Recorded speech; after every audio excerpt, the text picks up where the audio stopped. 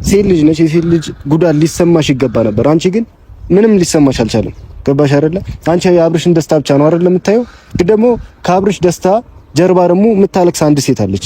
አሁን እሷን በርቺ፣ ሁሉ ነገር ስታደርግ በርቺ፣ ጎበዝ፣ ጀግና እያላችሁ እዚህ ላይ ከምታደርሷት ቢያንስ መስመር እያስለቀቃችኋት ነው ሁላችሁም። ስለዚህ ቢያንስ ልጅቷን ለመምከር ሞክሩ። ገባክ?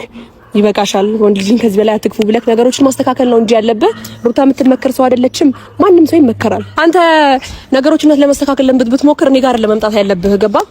ብዙ ነገር ማስተካከል ብትችል ከዚህ በፊት አብርሃም ጓደኛ ነው፣ ከዚህ በፊት ብዙ ነገር ያደረገ ሰው ነው። ስለዚህ እሱን ቁጭ አድርገህ መምከር ትችላለህ። እሱም የሚያውቀውን ነገር ስለሚያውቅ ነው። ገባክ? ነገሮችን ማስተካከል የምትችለው ሩታ ቅርብ ከሆነች እሷን እዚች ጋር መጥተህ እንደዚህ ያልክ ከማሞገስ ሄደህ እሷን እህቴ እንዲህ ነው ትዳርሽን ለመምራት እንደዚህ አድርጊ። አንድ መልስ ነው እኮ በቃ። እሷም የሆነ ነገር ጭንቅላት ባይኖርበት ወይም ደግሞ ማስተዋል ማሰብ ማችል ቢሆን ማለት ነው ሁላችሁንም ሰብስባ አንድ ላይ ማስገባት ችል ነበር። ሁላችሁንም ማለት ነው። ምንም ደግሞ ማንም ስልጣን ማይኖርበት ምንም አቀጣሚ በደንብ ስልጣን አላት። ምክንያቱም የተፈራረሙበት የባል ትዳር ፊርማ አለ። ከዛ በላይ ምንም አይነት ማስረጃ ሊኖር አይችልም። ወይስ ደግሞ ከአብርሽ ጋር የተፈራረምሽበት ፊርማ አለ? የለም አይደለ? ምንም ልታመጫችም እዛ ጋር አቁማ ህግ ፊት ብትገትልሽ ምንም አታመጭም።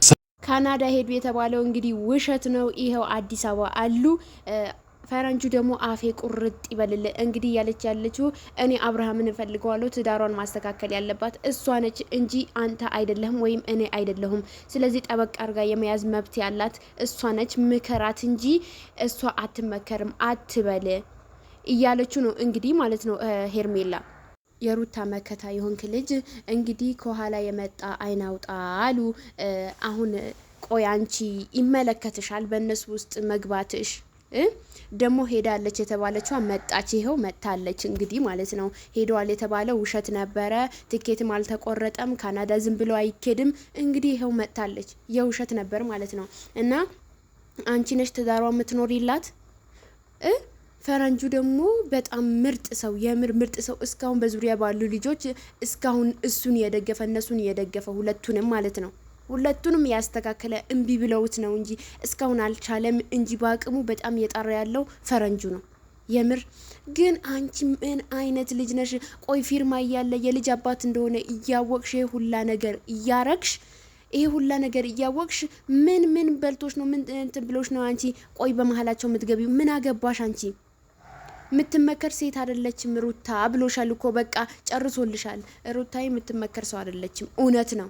ሁሉ ነገር ራሳን አስተካክላ ሁሉም ነገር በሚሄድበት መንገድ ወስዳ አስተካክላ ሁሉም ነገር የምታስተካክል የምታቅ ልጅ ነች። ስለዚህ እውነቱን ነው። እሷን እኮ ይሄን ነገር ሲፈጠር ያ ሁላ ነገር ስታረጓት አራሶና ስታስደበድባት ያ ሁላ ነገር እያሳለፈች ባሏን ቀምተሽ ያ ሁላ ነገር እያደረግሽ ከባሏ ጋር ጥሩ ጊዜ እንዳታሳልፍ ከልጇ ጋር ጥሩ ጊዜ እንዳታሳልፍ እያደረግሻት እኮ አንቺን ስብስብ ባርጋ እንደ በጭብጧን ይዛ ወደ እስር ቤት ነበር የምታስገባሽ ማለት እንደፈለገች ማድረግ እኮ ትችላለች ሩታ። ግን ያንን ማሰቢያ ጭንቅላት ምርጥ ዳይመንድ የሆነ ጭንቅላት ስላላት ነው። አንቺ ግን የዘቀጠ የወረደ ነገር የወረደ ጭንቅላት ስላለሽ ነው ይሄንን ነገር የምታደርጊው ማለት ነው። ምን አፋለኝ ብለሽ ነው ቆይ አንቺ የምታውሪ? ግን ሄርሜላ እኔ ምለው ነገር ቢኖር ማለት ነው ቤተሰብ ምን አይነት ልጅ ነች?